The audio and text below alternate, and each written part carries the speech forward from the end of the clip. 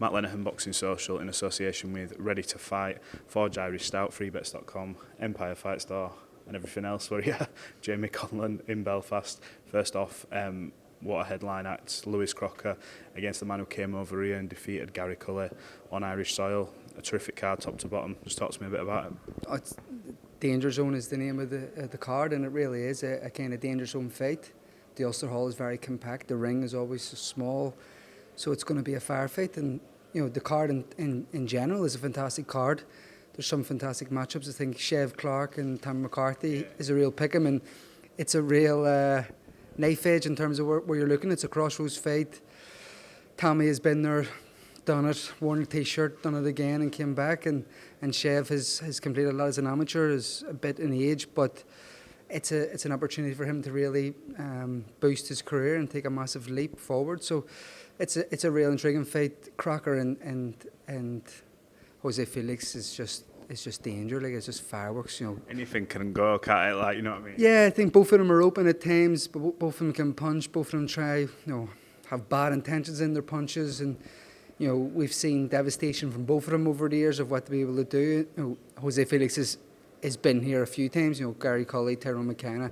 We had him on our show in the Falls Park, and he was fantastic that night. And he comes with a great team. They always come with confidence. And again, I thought they'd be coming over here and a bit reserved because he's moving up another weight, but he's coming up saying, no, I'm actually more comfortable at this weight. So when I heard that, I got a bit more nervous. So yes, it's a fantastic night. The undercard is stacked as well, and it's good. We were looking at in the new Forge, and it was a new building, and it was something new and something unique. But it is good that we have it in the iconic Ulster Hall, and it will add to the atmosphere. It will add to the event that we have in hand. And it's small, it's compact, but it's exactly what it's needed. Yeah, it's hostile. It's exactly what it's needed.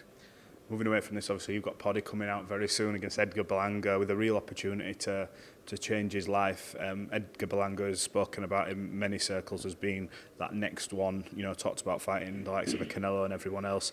But Pody's got a real opportunity in this fight to, like you say, change his life and push himself directly into the mainstream. How excited are you for Pody? He's such a good guy, a guy you've known for many years. Mm-hmm. Big opportunity. Massive opportunity, but he's not there to make up the numbers, and I think that's what people are forgetting, and it's took the pressure off him that it is being seen as that. We've been around Berlanga a lot because him and Michael would have shared cards together with Top Rank, debuts on the same card, stuff like that. Have seen him progress, and seen the fanfare that came with him.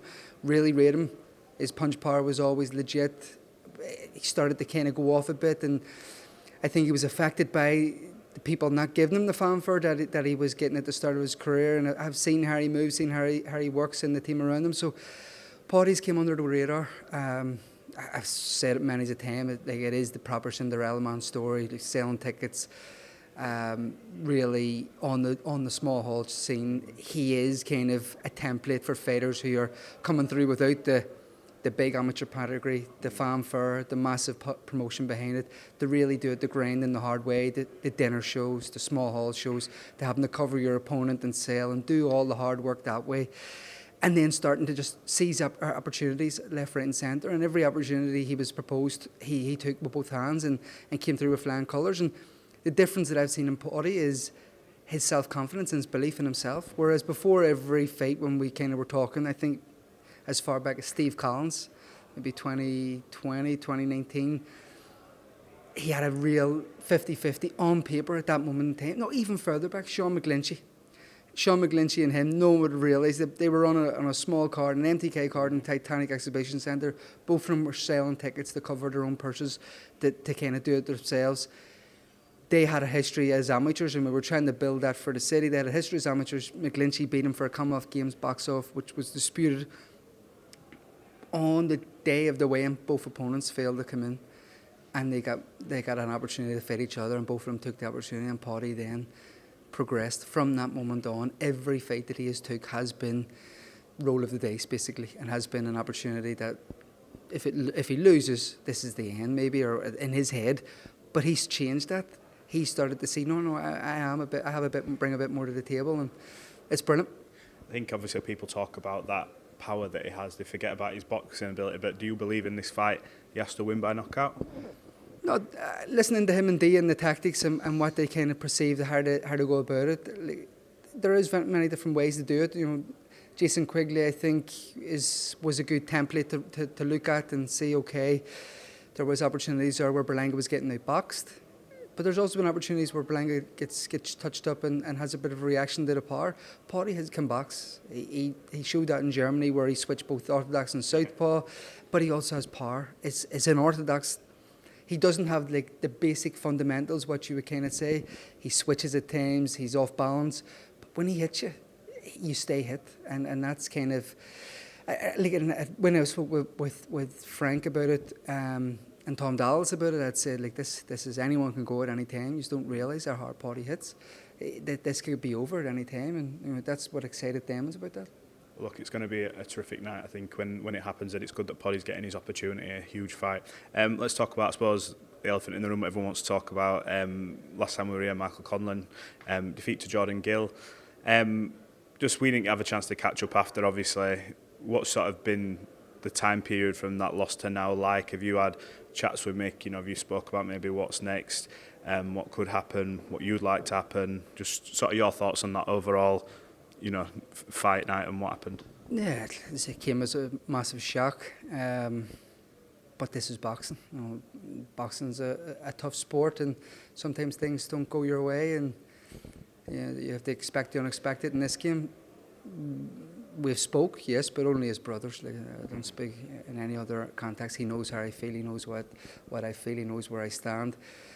But in terms of what is all next, it's up to him. He's the one who's got to make that call. He's the one who's got to sit down and weigh everything up. I've told him how I feel, told him what I think, but ultimately Mick is his own man, and he'll make that decision. It's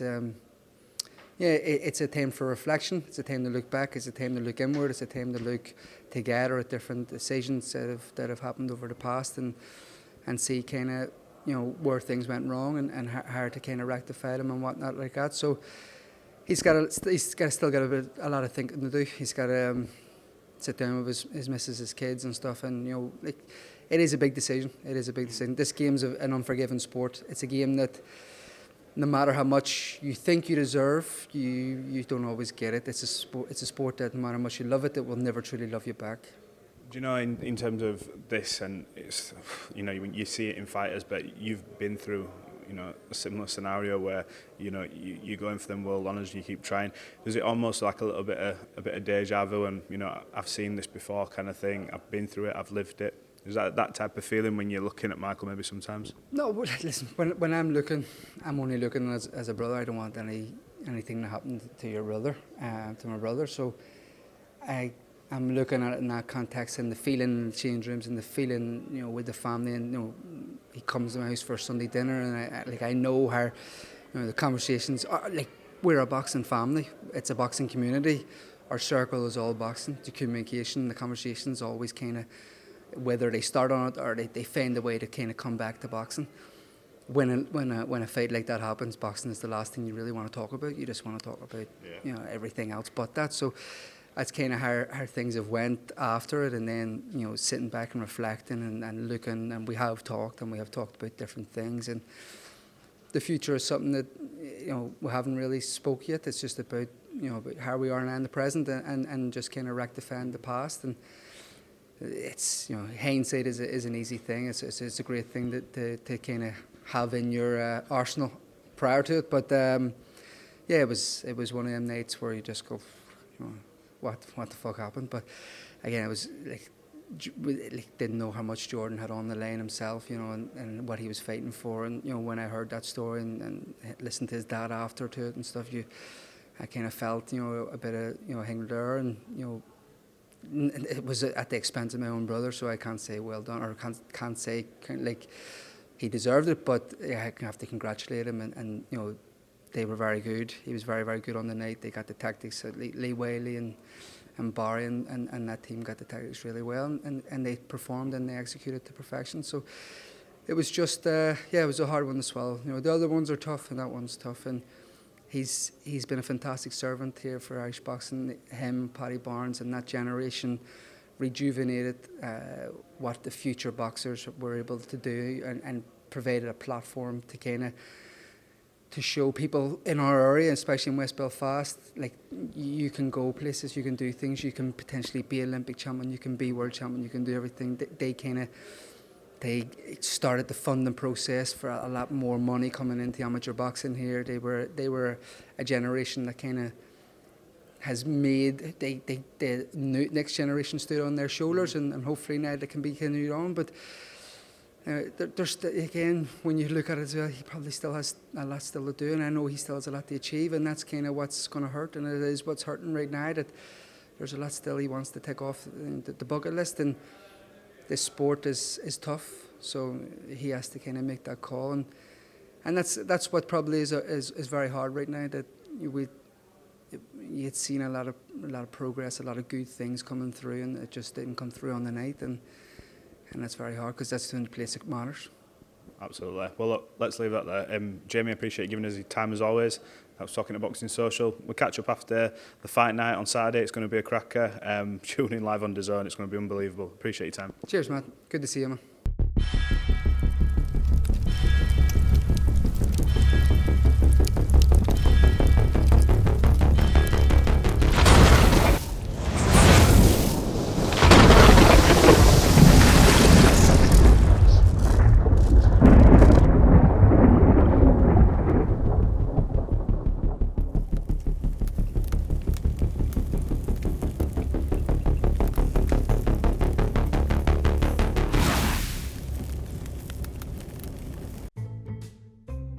We need to think of a new advert for freebets.com.